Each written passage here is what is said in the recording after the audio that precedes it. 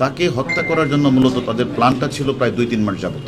প্রথমে তারা একটি বাসা ভাড়া নেই সেখানে, এবং সেই বাসা ভাড়া এগ্রিমেন্টে বলা আছে তারা সেখানে গিয়ে 30 তারিখ উঠবে। তারা 3 জনে মিলে 30 তারিখ বাংলাদেশ থেকে তারা বিমান যুগে চলে যায়।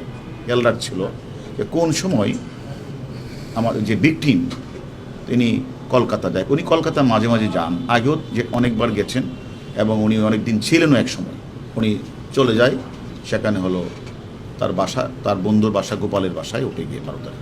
ওরা জানে যে ভিকটিম 12 তারিখ যাবে, তাদের কাছে প্ল্যানটা জানার পরে তারা 30 তারিখ সেখানে তারা এখানে যায়, গিয়ে ওইখানে আরও 2 জনকে তারা হায়ার করে 12 তারিখ গোপালের বাসায় ছিল। 13 তারিখ ওনাকে তারা ওই যে চক্রটার সাথে সাক্ষাৎ, উনি বলেছে আমার একটি কাজ আছে, আমার বের হতে হবে।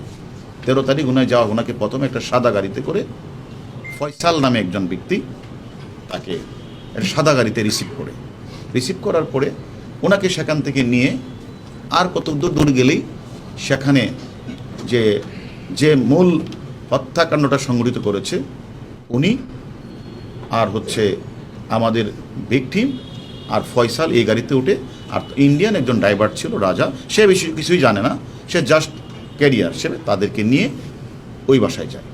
ওই বাসায় যাওয়ার পরপরই আরেকজন ব্যক্তি আছে মুস্তাফিজ না, 13 তারিখ 2:51 তারা সবাই ঢুকেছে, এবং আধা ঘন্টার মধ্যে কিন্তু মানে এই নৃশংস বর্বরচিত হত্যাকাণ্ডটি সংঘটিত হয়ে যায়। তাদের প্ল্যানটা ছিল এরকম যে তারা একদিকে তারা বিদেশের মাটিতে হত্যাকাণ্ড সংঘটিত করবে, এবং লাশটাকে এমনভাবে গুম করা হবে যাতে কেউ কোনোদিন খুঁজে না পায়, যার কারণে তারা মানে বিভিন্ন পার্টে ভাগ করে ফেলেছে, অর্থাৎ হাড্ডির সাথে মাংসকে আলাদা করে ফেলেছে, এবং সেটা একটা সুটকেসে করে, গ্রে কালারের সুটকেসে করে, যে মূল যে আমাদের কাছে যিনি আছেন জাহিদ বা জিহাদ, এরা 2 জন 2টা ব্রিফকেস করে ওই যে পাবলিক টয়লেটের কাছে একটা গাড়ি ওয়েট করছিল, ওইখানে গিয়ে সিয়াম, তার নাম সিয়াম, ওইখানে গিয়ে আমানুল্লাহ চলে আসে। আর তারাকে আমানুল্লাহরও একটা নাম আছে, এরা এখনও অনেকে জানেন না, তার একটা নাম আছে। তার সেখানে গিয়ে তারা ওই 2 জন সিয়াম জাহিদ, ভারতীয় একজন ড্রাইভার, সেই ড্রাইভারটা হয়তো জানেও না কি, নিয়ে তারা চলে যায়।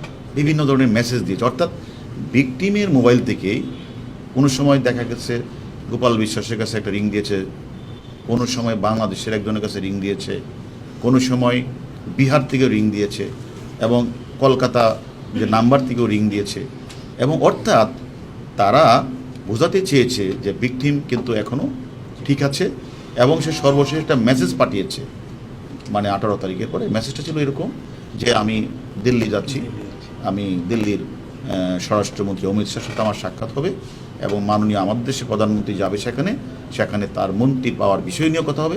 সেই মেসেজগুলি যখন আমরা পেলাম, আমার তখনই সন্দেহ হচ্ছিল যে এরা আসলে মানে অপরাধীরা অপরাধ করে ডিভাইসের মাধ্যমে তারা অপরাধ তদন্তকারী সংস্থাগুলিকে ভিন্ন খাতে নিয়ে যাওয়া, সেই কারণে কোনো সময় তারা এই মোবাইলটাকে তারা পাঠিয়ে দিয়েছে বেনাপোলের দিকে, কোনো সময় তারা মোবাইলটাকে পাঠিয়ে দিয়েছে মুজাফফরাবাদ, কোনো সময় তারা আবার মেসেজ দিয়েছে। তার উদ্দেশ্য ছিল একদিকে লাশটি গুম করা, অস্তিত্ব যেন কখনো না পাওয়া যায়, আরেকটা উদ্দেশ্য ছিল তদন্তকারীরা যেন কোনো ডিভাইস খুঁজে না পায়, ডিভাইসটা এমনভাবে করবে যেন তাকে অপরাধী ধরতে না পারে।